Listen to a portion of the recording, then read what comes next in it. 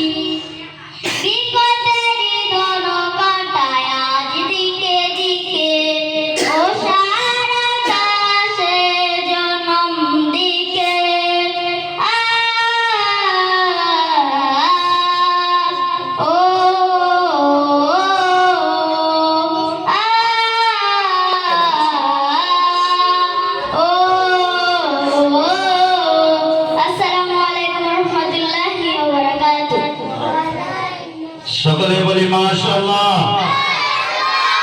আরো জোরে বলি মাশাআল্লাহ।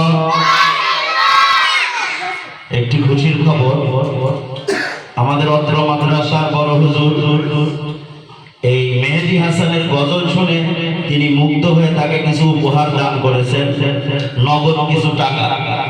আমরা সকলেই খুশি তো?